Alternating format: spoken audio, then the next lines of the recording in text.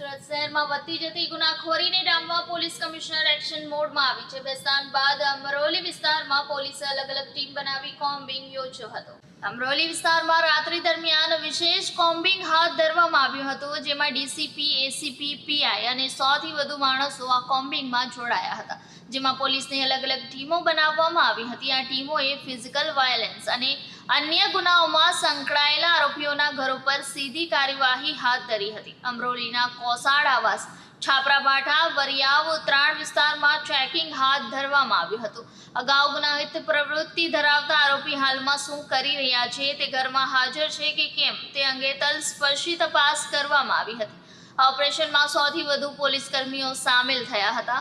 રાત્રિના અમરોલીમાં અંદાજિત 4 કલાકમાં ઓપરેશન ચાલ્યું હતું।